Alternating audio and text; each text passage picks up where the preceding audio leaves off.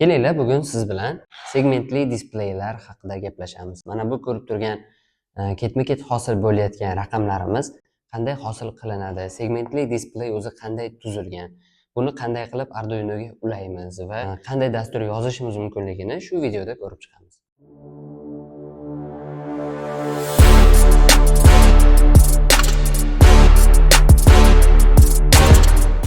Bu displeyimiz boshqa displeylardan keskin farq qiladi. Raqam hosil qilishi uchun 7 dona leddan tashkil topgan va buni yonida kichkinagina bir nuqta sifatida yana bitta led bor. Bularni qanday ishlashini maket plataga ulab, batareykadan plyus va minus zaryadlarni ulagan holatda ko'rsatib beraman. Masalan, plyus zaryadga bitta simni ulab, har bitta ledini alohida yoqib ko'ramiz. Demak, past tomondan birinchi oyoq mana shu ledni yoqishga javob beradi. Ikkinchisi esa bu ledimizni yoqishga javob beradi. Uchinchi oyoq bu ledni, to'rtinchi oyoq aynan nuqtani yoqib o'chirishga javob beradi. Tepa qismdan birinchi oyoq markazdagi ledni yoqadi. Uchinchi oyoq buni yoqadi. Buni va buni yoqadi. Keling, buni Arduino yordamida ishlatib ko'ramiz. Ya'ni har bitta oyoq, har bitta ledni alohida qilib Arduino pinlariga ulab olamiz. Plyus zaryadni olib tashlaymiz simni. Quvvatni esa Arduino orqali o'tkazamiz. Batareykamizning plyus zaryadi demak vinga, minus zaryadi esa GND ga ulanadi. Arduinomiz ishga tushdi. Endi Arduinomizning GND oyog'idan aynan mana shu rezistor turgan oyoqqa tok ulab olsak bo'ladi. Va dastur yozilgan 13-pinni yoqib o'chiryapti. Mana shu 13-pinga sim ulab, uni istalgan bitta nuqtaga ulab qo'yishimiz mumkin. Va har bitta ledga qachon yonish buyrug'ini aniq berish orqali bu yerda har xil raqamlar hosil qilishimiz mumkin. Dastur yozishdan oldin Arduinoga segmentli displeyimizni to'liq ulab olamiz. Ya'ni har bir oyog'ini Arduinoning alohida pinlariga ulaymiz. Nuqta 13-pinga, 12-pin, 11-chi, 10-chi, 9-chi, 8-chi va 7-chi pinlarga.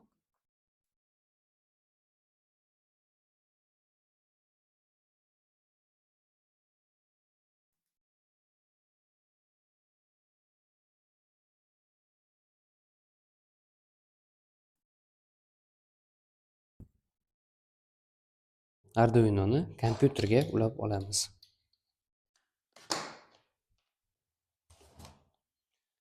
Kompyuterga ulangandan keyin Arduino IDE dasturini ochamiz.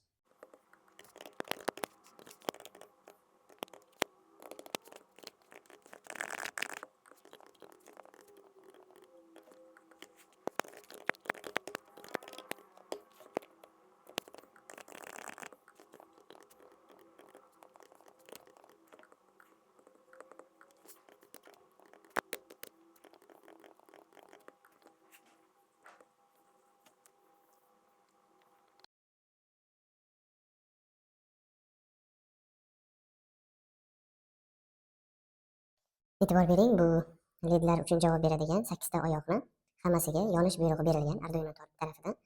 Bularni birin-ketin ulaymiz, ketma-ketligini adashtirib qo'ymaslik uchun. Misol uchun 13-pinga mana bu birinchi simni ulayman. Demak, birinchi sim o'rtadagi ledga javob beradi. Ikkinchi simni esa 12-pinga ulayman. Demak, ikkinchi sim chap tarafdagi ledga javob beradi.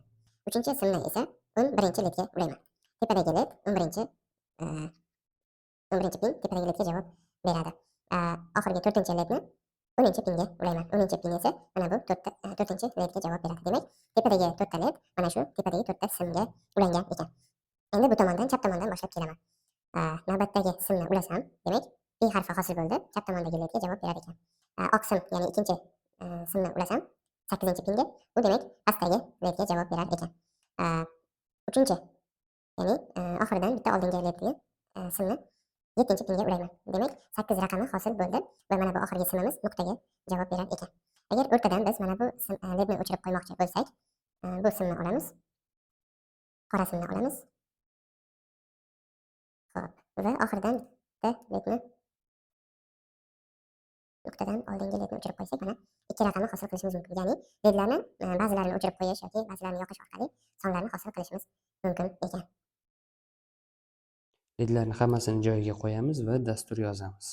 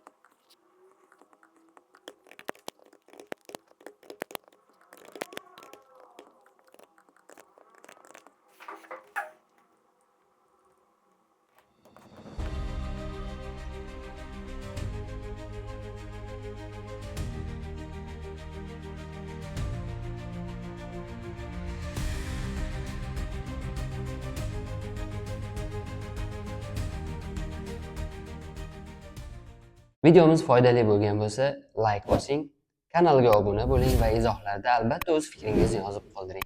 Keyingi videolarda ko'rishguncha xayr, salomat bo'ling.